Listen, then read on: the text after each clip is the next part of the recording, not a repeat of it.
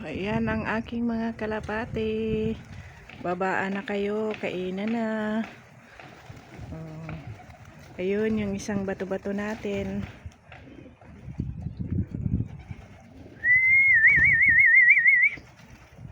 Ayun pa, hindi bumababa yung iba.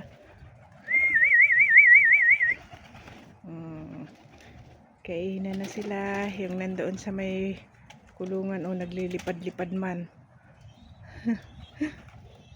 Tatlo na sila doon, yung isa sinama ko yung maliit. Ayun o yung sisiw. Naaway nung isa.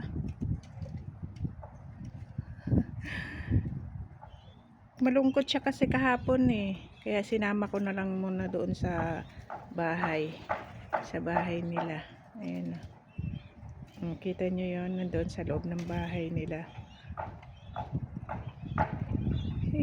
Yung isang bato-bato sigang gala, naghahanap, hindi niya maano na. Ang dami nang nilagay ko. Bigas muna yung pinakain ko sa kanila ngayon kasi naubusan na ako ng patuka. Yung pinabili ko kay Bintong naubos na.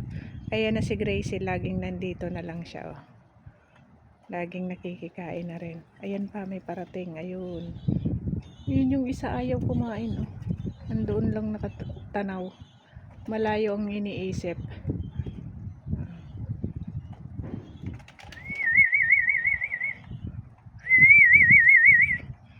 Diyan na kayo mga kalapatid at ako'y magtatrabaho na muna.